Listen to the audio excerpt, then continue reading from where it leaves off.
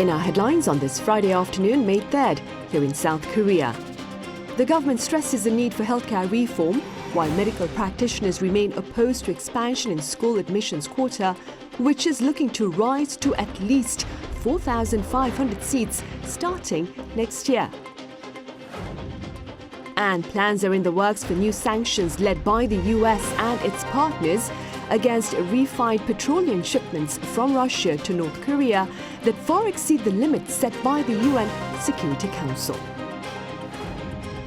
Meanwhile, regarding the war in Gaza, Hamas is dispatching a delegation to Egypt for more talks on truce, even as Israel speaks of a ground offensive into the southern city of Rafah. Government officials here have stressed the importance of healthcare reform to allow for essential medical attention across the nation, while medical practitioners remain opposed to expanding the admissions quota at schools that looks to rise to at least 4,500 seats starting 2025. Our Choi Soo-young has the latest. The South Korean government on Friday reiterated that the key point of medical reform is to make sure everyone can get essential medical care no matter where they live. During Friday's briefing, Interior Minister Lee Sang-min said the government will increase financial support for specialized hospitals for severe patients to the same level as top-tier general hospitals. Additionally, he added that the government will foster specialized hospitals in essential medical areas such as cardiology, pediatrics, and childbirth. Meanwhile, medical professors at Seoul Asan Hospital and Seoul St. Mary's Hospital, two of the so-called Big Five hospitals, started their one-day-a-week halting from medical services on Friday. The professors are halting services due to fatigue. But emergency and critical care services are not expected to be affected. Both hospitals' officials said they will monitor the situation carefully, expecting no massive medical gaps because the one-day halting of service is being carried out based on individual choice. The new quota for medical school admissions, the main reason for the medical dispute, was finally submitted by universities to the Korean Council for University Education on Thursday. The Education Ministry announced that the new quota for 2025 at 39 medical schools across the country has so far been confirmed at 4,487 places, which is 1,469 places more than the 2024 quota. If the medical school at Cha University accepts the government's quota, then the number of new places could rise to a maximum of 1,509. This is in line with the government's acceptance a week ago of a proposal by the presidents of 6 national universities to allow them to determine the admission slots for 2025, ranging from 50% to 100% of the administration's original quota increase. After KCUE approves the submissions, each university will announce admission guidelines, including their new enrollment quota, by early June at the latest. From 2026, if the dispute between the government and doctors is resolved, the increase in the number of new places for students is expected to reach 2,000 places more than last year. Choi Soo-young, Arirang News. The latest projections by the OECD paint a rosier portrait of the global economy this year, as well as that for South Korea. Our An Sung-jin reports. Though economic growth remains modest, the OECD forecasts a positive global outlook. In its outlook report released on Thursday, the OECD has raised the global economic growth rate to 3.1%, with a stable employment market and further slowdown in inflation. It stated that the global economy has been relatively resilient, with little change made from 2023 of 3.1% and the projected growth of 3.2% in 2025. Estimated growth for this year has been revised upward by 0.2 percentage points from February's predictions. Though development differs from country to country, developing countries, as well as the U.S. in particular, have shown stable growth. The OECD has raised the growth projection for the U.S. by 0.5 percentage points to 2.6%. For Europe, it remains sluggish as the energy crisis drags on. It still stressed that uncertainties remain due to geopolitical risks, extended high inflation for some countries, and the possibility of a sluggish recovery in the Chinese economy. As for South Korea, the OECD has raised its economic growth rate for 2024 to 2.6%, 0.4 percentage points higher than February's outlook. The presidential office elaborated on the country's upward revision. This is largely due to a strong performance in major industries, such as semiconductors, and a better-than-expected recovery of private consumption. He also added that the growth rate is the highest among G20 countries with a per capita income of over $20,000. The OECD provided further recommendations for the need for structural reforms, especially in pensions to respond to the rapidly aging society, and also suggested innovation in regulations to further support small and medium-sized businesses. An Sung-jin, Arirang News. Right, and now imagine a studio apartment offered at just 10,000 won or roughly $7 a month, because that is what one district here in capital Seoul is offering. Our Lee Soo-jin was there. House hunting is now over for some lucky young people. The local government of Seoul's Dongjaku district is renting out 36 units in this studio apartment complex for just 10,000 won, or around $7 a month. It's the first 10,000 won studio apartment in the capital city, and it's being offered at a time when the cost of housing is weighing on many young people. A recent survey showed that the biggest cost burden for South Koreans in their 20s and 30s is housing. According to a government official, the monthly rent for these studio apartments was originally around $100, already very affordable, but that was further lowered to $7 thanks to Dongjaku District's business ventures covering the remaining amount. We're very pleased at the first place that the profit that we made through Dongjaku District Corporation's various business ventures is going to young people. And the local government is also planning to offer larger studio apartments at this price for married couples as well in the future. To be eligible for these apartments, applicants had to be non-homeowners living alone and aged between 19 and 39 and with an income in the bottom 50%. Applicants were then selected through a lottery process. One successful applicant who wishes to remain anonymous moved in around a week ago and said that while the affordable price was a large part of why he applied, it's not the only reason, as the quality of housing is also high. It's so clean and nice because it's a new building. And I think a huge plus of these studio apartments are the amenities and the common areas. The 5-story building has parking on the ground floor exclusively for its residents. And the studio apartments that are on the 3rd to 5th floor of the building are not only spacious but also come fully furnished. Each apartment has a refrigerator, air conditioner, washing machine, and range hood, and the all-white interior is clean and crisp. The local government also has plans to turn the entire 2nd floor of the building into a space for youth development activities such as job training, all part of its bigger goal of providing not just affordable but also quality housing.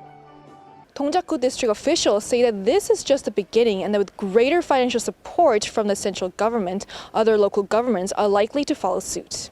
Lee Soo-jin, Arirang News. Meanwhile, at the Nat'l Assembly on Thursday afternoon, lawmakers saw eye-to-eye on the revised bill for a fresh probe into the Itaewon crowd crush, but locked horns over another bill that sought a new investigation into a Marine's loss of life. Our political correspondent Shin Ha-young has more.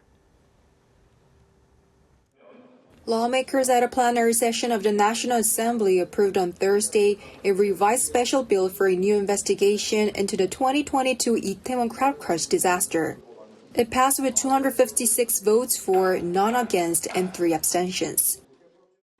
I hope that through this bill, the truth about the Itaewon crowd crush will be investigated, its causes identified, and strong measures will be created to prevent similar incidents, making our society safer. The opposition-controlled assembly passed a previous special bill regarding the Itaewon disaster in January, but was then vetoed by President Yoon Suk-yeol later in the month. Now, about 3 months since the bill was sent back to the National Assembly for a revote, the two main political parties agreed on Wednesday to add revisions to the bill. Before Thursday's vote, the chief deputy floor leaders of the ruling People Power Party and the main opposition Democratic Party held a joint press conference where they announced their agreement on a revision forming an investigative committee, its operational period, and methodology. The same day, the presidential office welcomed the agreement, saying that it considered it a tangible outcome of cooperation between the parties, which began with a meeting between President Yoon and main opposition leader Lee Jae-myung on Monday. Under the revision, the number of committee members will be reduced to 9 from 11. The chair of the investigative committee will be chosen through consultations between the rival parties, while each will recommend 4 members for the 8 remaining positions. The committee will not be allowed to request warrants, and it will operate for 1 year, although the term can be extended by up to 3 months. Meanwhile, the opposition-led Assembly unilaterally passed a motion calling for a special counsel's investigation into the death of a Marine who was killed last July during a search and rescue mission for victims of flooding. The rival parties had failed to narrow their differences on this bill before Thursday's plenary session. Lawmakers of the PPP walked out in protest and boycotted the vote. The PPP has argued that an independent probe is unnecessary as the Corruption Investigation Office for high-ranking officials is currently looking into the case. Meanwhile, responding to the passage of this bill, the PPP's floor leader Yoon Jae-oh criticized the DP's swift handling of it, calling this reckless legislative behavior and stating he would advise President Yoon to exercise his veto power. The presidential office sharply criticized the passage, calling it highly regrettable that the opposition was using the death of a Marine for its own political agenda. The DP's rush to push through legislation before the ink's even dry on the first page of the cooperation agreement goes against the mandate from the public and voters in the general election, urging the rival parties to work together to take care of people's livelihoods. As an independent investigation agency for high-ranking officials installed by the former opposition government is currently looking into the matter, the presidential office stressed it is proper to wait for the results. It vowed to respond sternly to the opposition's disruptive move. 신하영, Arirang News. Also, at the parliament, ruling and opposition parties have tapped their leading figures. Earlier this Thursday, the ruling People Power Party chose Hwang Woo-yeo, the party's advisor, as its new emergency steering leader. Hwang's priority is to guide the party through its national convention, expected in around 2 months when new leaders will be elected. Hwang has shared intentions to strengthen the party's identity. Meanwhile, the main opposition Democratic Party elected Park Chan-dae as its new floor leader. While the exact number was not disclosed, Park is believed to have garnered the majority of his party's vote as the sole candidate for the post. Park has spoken of plans to address pending domestic concerns, including the cost of living.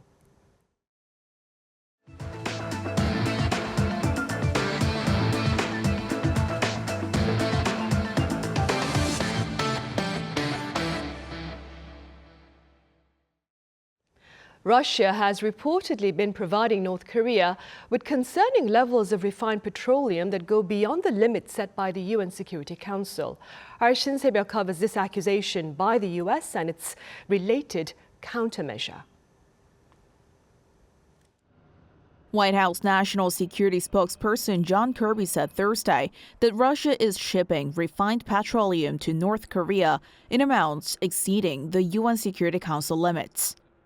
According to a UN Security Council resolution, North Korea's annual refined oil imports should not exceed 500,000 barrels. However, in March alone, a third of that limit was delivered to North Korea. In March alone, Russia shipped more than 165,000 barrels of refined petroleum to the DPRK. Given the close proximity of Russian and North Korean commercial ports, Russia could sustain these shipments indefinitely.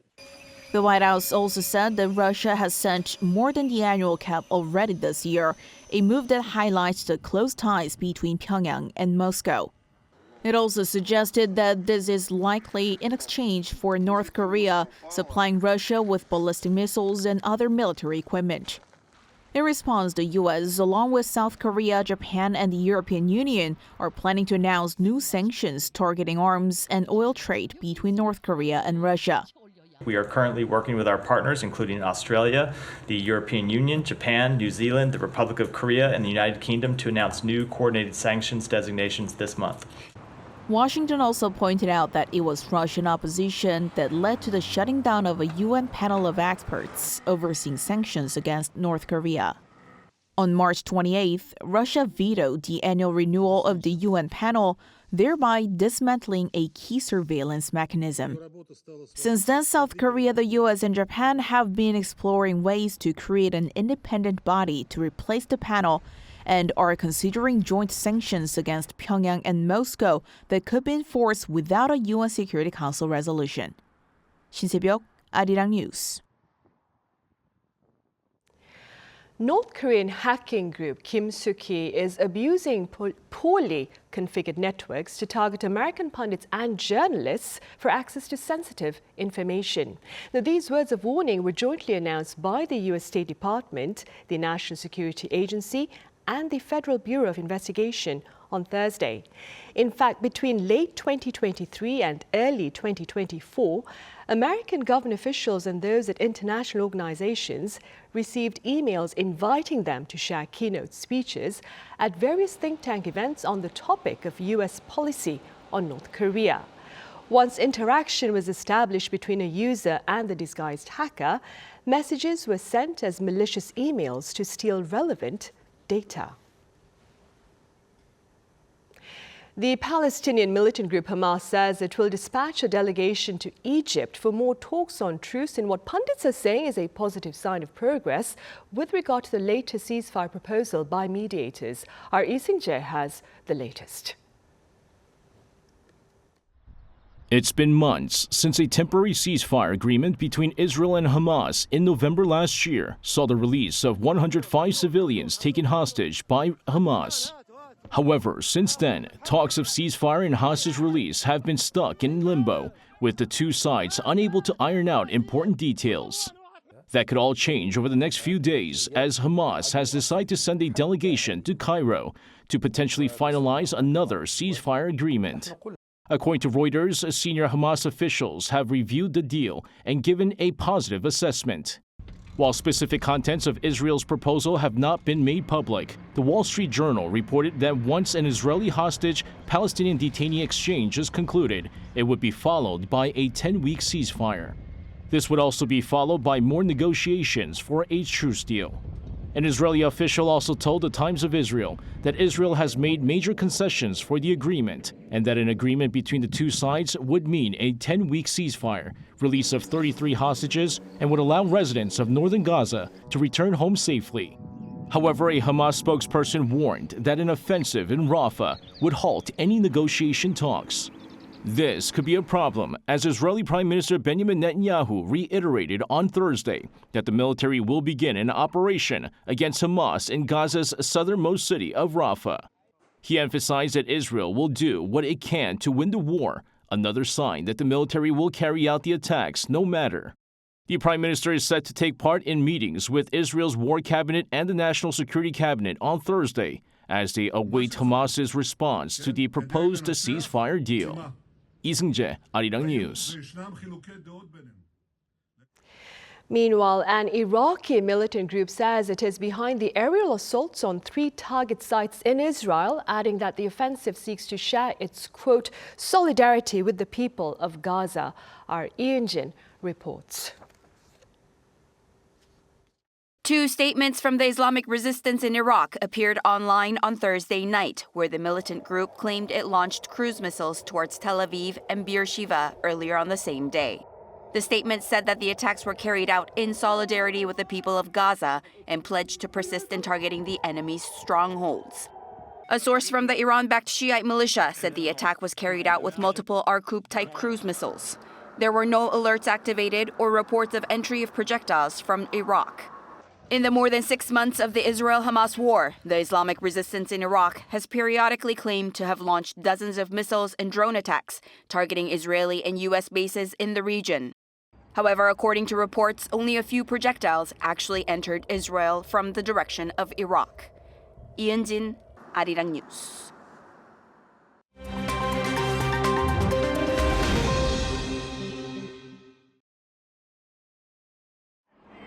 Let's take a look at the latest news in the world now. We begin today in the US, where hundreds of police officers in riot gear cracked down on a pro-Palestinian protest camp at the University of California, Los Angeles. Thursday's pre-dawn police crackdown resulted in the arrest of more than 100 demonstrators on campus. The camp of over 1,000 protesters saw violent clashes with the police, where loud explosions from flashbang charges, stun grenades were heard, and police flares were used. The officers dismantled the encampment, tearing down the makeshift barriers and arresting protesters. While the protesters cried peaceful protest, US President Joe Biden said that vandalism, trespassing, forcing the cancellation of classes and graduations, none of this is a peaceful protest. UCLA announced limited campus operations on Thursday and Friday, switching all classes to remote instruction. The European Union announced Thursday an aid package for Lebanon worth just under $1.1 billion to support the country's faltering economy and security forces, as well as to prevent illegal migration. Much of the funds are expected to be used to strengthen border controls to prevent the flow of asylum seekers, illegal migration, and people smuggling into the European Union. Speaking in Beirut, EU Commission President Ursula von der Leyen said that Europe understands the challenges Lebanon faces and will maintain legal pathways for the resettlement of refugees.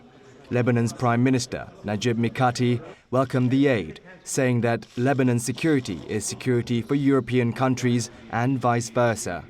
The deal, which ends in 2027, follows similar funding for Egypt, Tunisia, and Mauritania to fortify their borders. The International Olympic Committee announced on Thursday the 36 selected athletes from 11 countries who will be competing in the refugee team for the 2024 Paris Olympics. The Olympics refugee team, comprised of 23 male and 13 female athletes, will compete in athletics, badminton, boxing, breakdancing, canoeing, cycling, judo, shooting, swimming, taekwondo, weightlifting, and wrestling at the Games, which is set to begin on the 24th of July.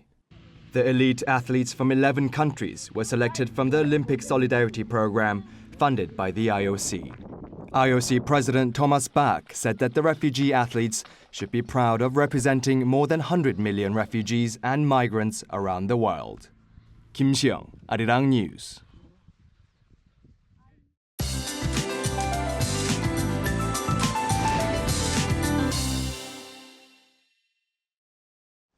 Good afternoon.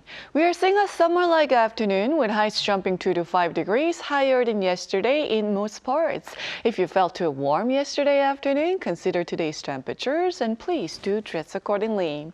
Seoul and Chuncheon should get up to 29 degrees this afternoon, but it's nice and sunny on Jeju and Busan at 21 and 22 degrees respectively. Strong sunlight will boost UV levels nationwide, but air quality will be normal all day. Now to the 3-day weekend weather forecast. If you remember, last year's Children's Day weekend was a tough one with storm force conditions on Jeju.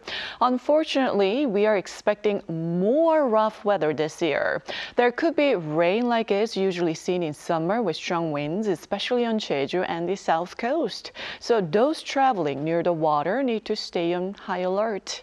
That rain should continue through Tuesday with much cooler temperatures. Then sunshine and warmer temperatures return later in the week. With that in mind, let's take a look at the international weather conditions.